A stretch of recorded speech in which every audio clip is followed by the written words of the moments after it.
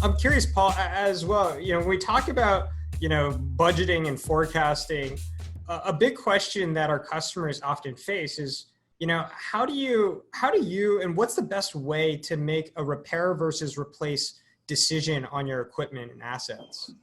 It kind of depends. Some stuff I've got run to failure as my maintenance strategy on it, like a small pump, for instance. And I guess one of the cases we had some small pumps in our plant. They would cost around $2,000 to rebuild year after year. And I was like, well, I wonder if there's a smaller pump around here that I can just install, and when it fails, replace it for cheaper. So we looked at the operating context. It was a turbine regenerative pump, about a 0.5 horsepower, and it was pumping water about 5 feet up from where it was at to an analyzer. And this thing could pump up to like 250 feet ahead. So it can pump water up long distances. They're generally used for boiler feed pumps. So it was a bit overkill for how it was being used. So I found a smaller pump, replaced it, that was like $250. And actually that pump has kind of outlived any of the previous $2,000 pump. So sometimes you can find something that does a better job for a lot cheaper and even more reliable than what I had. So some of those you just kind of have to collect good data on. If you're getting a lot of failures in something, and you can run different sort of analysis, like Weibull analysis, and kind of see how reliable a piece of equipment is. And you've got a bunch of them. So for us, we got like 15 different chemical metering pumps, for several different chemicals. They're all the same make and model essentially.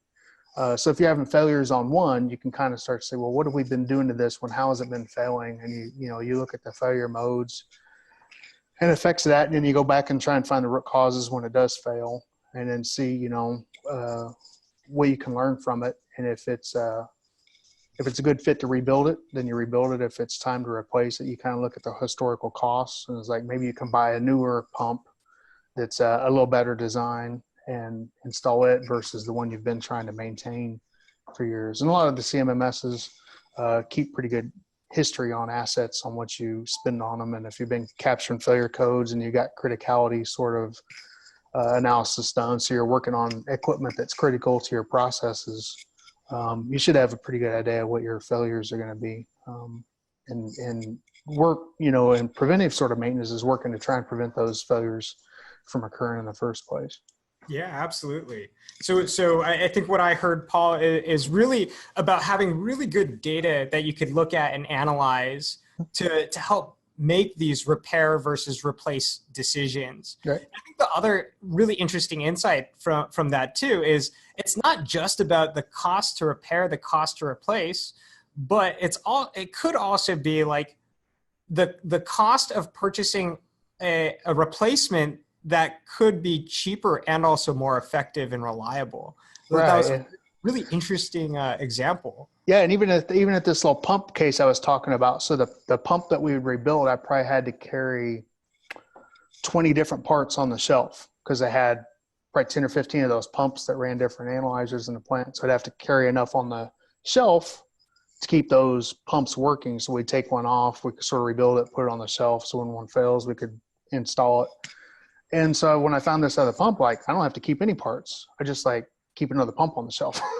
and then I don't have guys, I'm not wasting their time in the shop tearing down a pump when I've got one that'll do the same amount of job for, a fraction of the cost, $200, or actually $200 versus $2,000. So there's a huge, cost savings. It does the exact same function, just as good and longer. And I don't have to repair it, and just get rid of it, put another one in, and we stay running. So we're not doing maintenance on stuff like that. So it helps work on stuff that's really more important to work on. Absolutely. Avoiding those little time sink failures. Some guys may enjoy, rebuilding little pumps like that, but I don't know. I'd find it a little monotonous. Yeah, again, super cool. I think it's really important to always take a step back and be like, hey, are we just making this more difficult on ourselves and trying to rebuild a pump that we've had for, the past 10 years versus just buying a brand new one? Buying a brand new one, yeah. Cheaper, more effective, more efficient, more reliable. Yep.